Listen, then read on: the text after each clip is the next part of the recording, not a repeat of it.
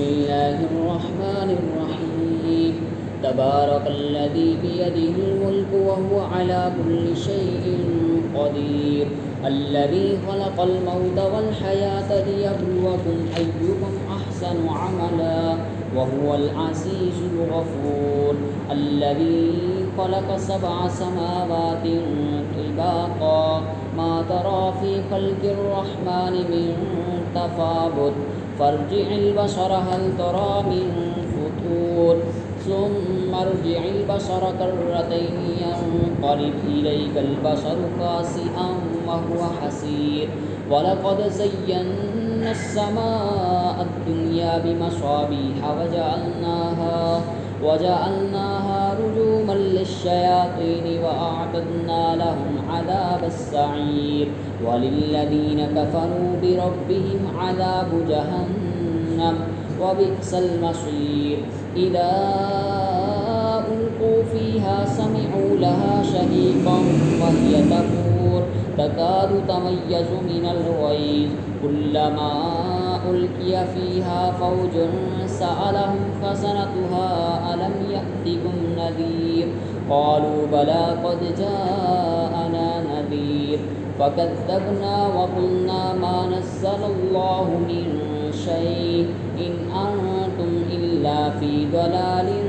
كبير وقالوا لو كنا نسمع أو نعقل ما كنا في أصحاب السعير فاعترفوا بذنبهم فسحقا لأصحاب السعير إن الذين يخشون ربهم بالغيب لهم مغفرة وأجر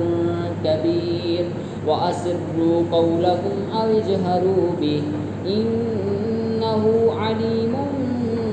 بذات الصدور ألا يعلم من خلق وهو اللطيف الخبير هو الذي جعل لكم الأرض ذلولا فامشوا في مناكبها وكلوا من رزقه وإليه النشور أأمنتم من في السماء أن يخسف بكم الأرض فإذا هي تمور أم أمنتم من في السماء أن يرسل عليكم حاصبا فستعلمون كيف نذير ولقد كذب الذين من قبلهم فكيف كان نكير أولم يروا إلى الطير فوقهم صافات ويقبض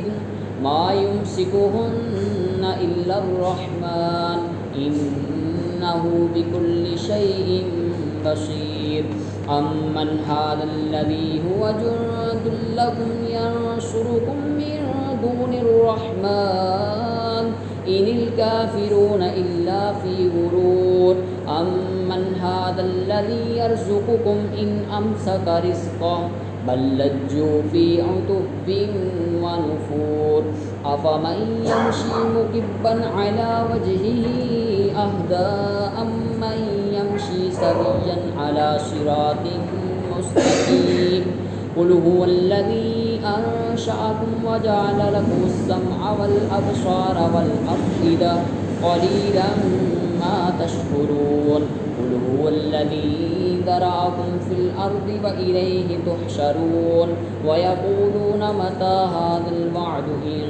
كنتم صادقين قل إنما العلم عند الله وإنما أنا نذير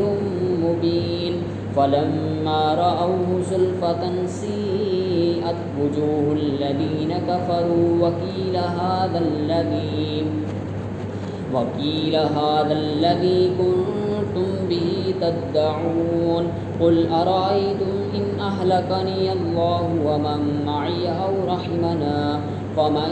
يجير الكافرين من عذاب أليم قل هو الرحمن آمنا به وعليه توكلنا فستعلمون من هو في ضلال مبين قل أرأيتم إن أصبح ماؤكم غورا فمن يأتيكم بماء معين الله ربنا ورب رب العالمين.